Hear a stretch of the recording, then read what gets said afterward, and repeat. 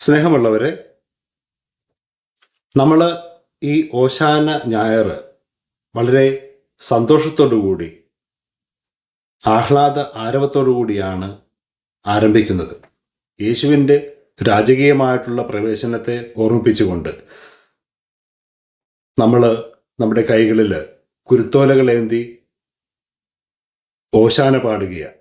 അന്ന് ആ ജനം ഏറ്റുപാടിയ പോലെ ഓശാന, കർത്താവിൻ്റെ നാമത്തിൽ വരുന്നവൻ അനുഗ്രഹീതൻ. അതൊരു പ്രതീക്ഷയുടെ, ഒരു കാത്തിരിപ്പിൻ്റെ, അതിൻ്റെയൊക്കെ പൂർത്തീകരണത്തിൻ്റെ ഒരു സമയമായിരുന്നു. എന്നാൽ അതിനെ തുടർന്നുള്ള ഇന്നത്തെ തിരുക്കർമ്മങ്ങളിലേക്ക് കടക്കുമ്പോൾ നമ്മൾ കാണുന്നു, അവിടെ ഈ സന്തോഷത്തിൻ്റെ ആ ഒരു വികാരം മാറുകയാണ്. മറിച്ച് യേശുവിൻ്റെ സഹനത്തെ ഓർമ്മിപ്പിക്കുന്ന വായനകളാണ് നമ്മൾ കേൾക്കുന്നത്. യേശു മറ്റൊരു വഴിയിലേക്ക് നടക്കുകയാണ്. അത് സന്തോഷത്തിൻ്റെ വഴിയല്ല, മറിച്ച് അവൻ സഹിക്കേണ്ടതുണ്ട്, ശാരീരികമായിട്ട് അതുപോലെ തന്നെ മാനസികമായിട്ട്. സുഹൃത്തുക്കളില്ലാതെ, തന്നെ ഇതുവരെ അനുഗമിച്ചിരുന്ന ആ ജനക്കൂട്ടമില്ലാതെ, ആശ്വാസമില്ലാതെ. അതുവരെ അവനോടൊപ്പം ഉണ്ടായിരുന്ന ആ കൂട്ടം ഇന്നില്ല, മറിച്ച് അവൻ്റെ മരണം ആഗ്രഹിക്കുന്ന ഒരു പറ്റം ആൾക്കാർ, അവരുടെ മധ്യത്തിലാണ് യേശു. സത്യത്തിൽ വളരെ വേദനയിലൂടെ യേശു കടന്നു പോകുന്ന ആ അവസ്ഥ. സത്യത്തിൽ ഈ ഒരു സന്തോഷവും ദുഃഖവുമൊക്കെ നമ്മുടെ ജീവിതത്തിലും നമ്മൾ നിരന്തരം അനുഭവിക്കുന്നതല്ലേ. എത്ര പെട്ടെന്നാണ് ചിലപ്പോഴൊക്കെ നമ്മൾ വിഷമം പിടിച്ച അവസ്ഥകളിലൂടെ കടന്നു പോകുന്നത്. രോഗമാകാം, ജോലി ഇല്ലായ്മയാകാം, സാമ്പത്തിക പ്രശ്നങ്ങളാകാം, അതുപോലെ തന്നെ പ്രകൃതിക്ഷോഭമോ യുദ്ധമോ മരണമോ ഒക്കെ ആകാം. ഇങ്ങനെയുള്ള നീറുന്ന അനുഭവങ്ങൾ നമുക്ക് എല്ലാവർക്കുമുണ്ട്.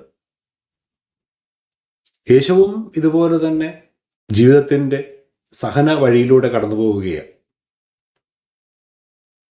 പക്ഷേ ഈ സഹനം അർത്ഥമില്ലാത്തതല്ല. യേശു നമ്മെ ഓർമ്മിപ്പിക്കുന്നത്, പ്രത്യേകിച്ച് ഈ ദിനത്തിൽ ഓർമ്മിപ്പിക്കുന്നത്, സന്തോഷവും സങ്കടവും വെളിച്ചവും ഇരുളും അത് നമ്മുടെ ജീവിതത്തിൻ്റെ ഭാഗം തന്നെയാണ്. അത് ജീവിതത്തിൻ്റെ സത്യമാണ്. സന്തോഷത്തിൻ്റെ ദിനങ്ങൾ, ആ അനുഭവം ചിലപ്പോൾ പെട്ടെന്ന് കടന്നുപോയേക്കാം. നീറുന്ന വേദനയുടെ അവസ്ഥകൾ അത് ചിലപ്പോൾ അല്പം നീണ്ടേക്കാം. അങ്ങനെയുള്ള അവസ്ഥയിൽ നമ്മൾ പലപ്പോഴും ചോദിക്കും, എന്തിനാണ് ഈ വേദനകൾ? ഇതിനൊക്കെ ഒരു പരിഹാരമില്ലേ? ജീവിതത്തിൽ എന്തെങ്കിലും പ്രതീക്ഷ ഉണ്ടോ? അതേ സ്നേഹമുള്ളവരെ, നമുക്ക് പ്രത്യാശയുണ്ട്. അത് നമ്മുടെ വിശ്വാസം തന്നെയാണ്. ഇരുളു നിറഞ്ഞ അവസ്ഥയിൽ, വേദന നിറഞ്ഞ അവസ്ഥയിൽ പ്രകാശമായിട്ട്, സാന്ത്വനമായിട്ട് ദൈവം നമ്മോടൊപ്പമുണ്ട്. കാരണം അവനും ഈ വഴിയിലൂടെ കടന്നുപോയവനാണ്.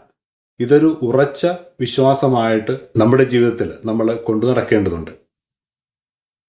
അങ്ങനെ വരുമ്പോൾ ജീവിതത്തിലെ പ്രതിസന്ധികളെ ധൈര്യപൂർവ്വം തരണം ചെയ്യുവാനായിട്ട് നമുക്ക് സാധിക്കും. ഇങ്ങനെ ജീവിതത്തിലെ ബുദ്ധിമുട്ടുകളും വേദനകളുമൊക്കെ പ്രത്യാശയോടെ സ്വീകരിക്കുവാനായിട്ട് ഈ വരുന്ന വിശുദ്ധമായിട്ടുള്ള ദിനങ്ങൾ നമ്മളെ പ്രത്യേകമായിട്ട് സഹായിക്കട്ടെ. അതിന് ദൈവം നമ്മെ എല്ലാവരെയും സമൃദ്ധമായിട്ട് അനുഗ്രഹിക്കട്ടെ.